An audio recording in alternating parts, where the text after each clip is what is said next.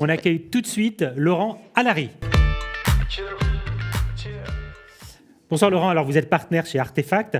On va parler de data pour la communication. En quoi l'approche data chez Artefact, elle aide plus qu'ailleurs à construire des territoires de marque finalement ?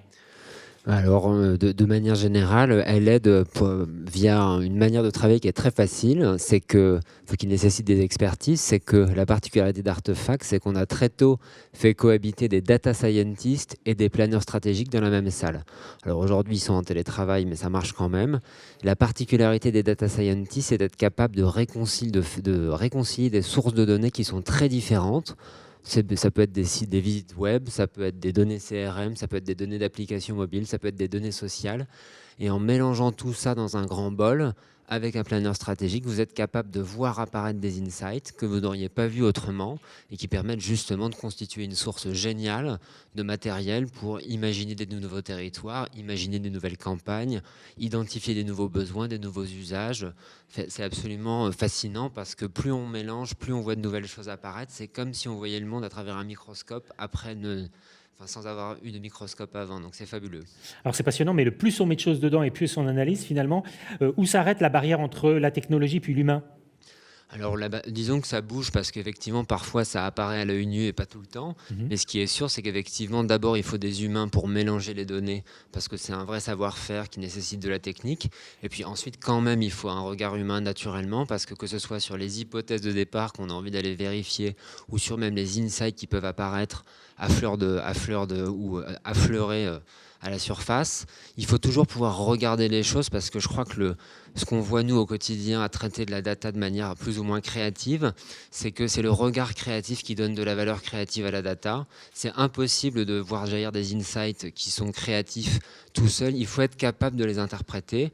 Je pense notamment par exemple à un cas super qu'on avait fait pour un assureur qui ne comprenait pas pourquoi son centre d'appel appelait trop tard les clients mécontents. Et c'est en reconstituant l'intégralité des traces numériques que les clients ont laissé dans les espaces, sur les sites internet, dans l'application mobile. C'est exactement en reconstituant les parcours qu'on s'est rendu compte que la manière d'intervenir du centre d'appel était trop tard. Et en remontant la source, on a été capable d'identifier qu'il fallait donc intervenir plus tôt, mais surtout que certains signes qui étaient vécus comme des signes autrefois d'engagement, je pense typiquement à l'ouverture d'un email, en fait, dans le cas de cette assurance, une ouverture d'email, c'était une alerte rouge d'un client potentiellement mécontent. Et en modifiant comme ça ce qu'on appelle le scoring des signaux, priorisant les centres d'appel, on a pu réduire le churn des clients et surtout, c'est un point hyper important dont on est hyper fier, c'est qu'on a réduit le turnover, donc les départs et les arrivées du centre d'appel, puisque les gens appelaient au bon moment pour apporter une solution au client plutôt que de se faire insulter par des gens qui psychologiquement étaient déjà partis. Alors dans la période qu'on vit, tout s'accélère. Et donc on parle de data, de RSE, de ROE. En quelques mots, comment on s'y retrouve ? Alors nous, on s'y retrouve entre guillemets parce que d'abord, on a fait le pari, on vient de grandes agences dites traditionnelles. On a fait le pari il y a maintenant 4 ans d'aller dans le digital parce qu'on voyait bien, on sentait bien qu'il allait falloir s'y mettre pour notamment aider les marques à appréhender tout ça.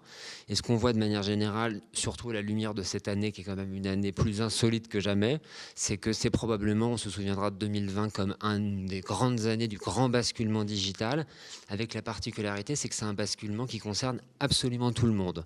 On ne se parle pas uniquement de pure players qui vont justement nous tailler des croupières ou exister à côté entre guillemets, des entreprises classiques. Là, désormais, même le librairie en bas de chez vous, il se met au digital parce qu'il fait du click and collect, du drive, etc. Et je crois que nous, ce qu'on aime beaucoup, c'est aider toutes les marques justement à sauter dans le grand bain du digital avec de la positivité, avec du savoir-faire et surtout avec de l'optimisme parce qu'effectivement, on n'est pas tous condamnés à finir par être esclaves d'Amazon. On a tous quelque chose à dire. Les marques, elles ont toutes quelque chose à dire de fabuleux.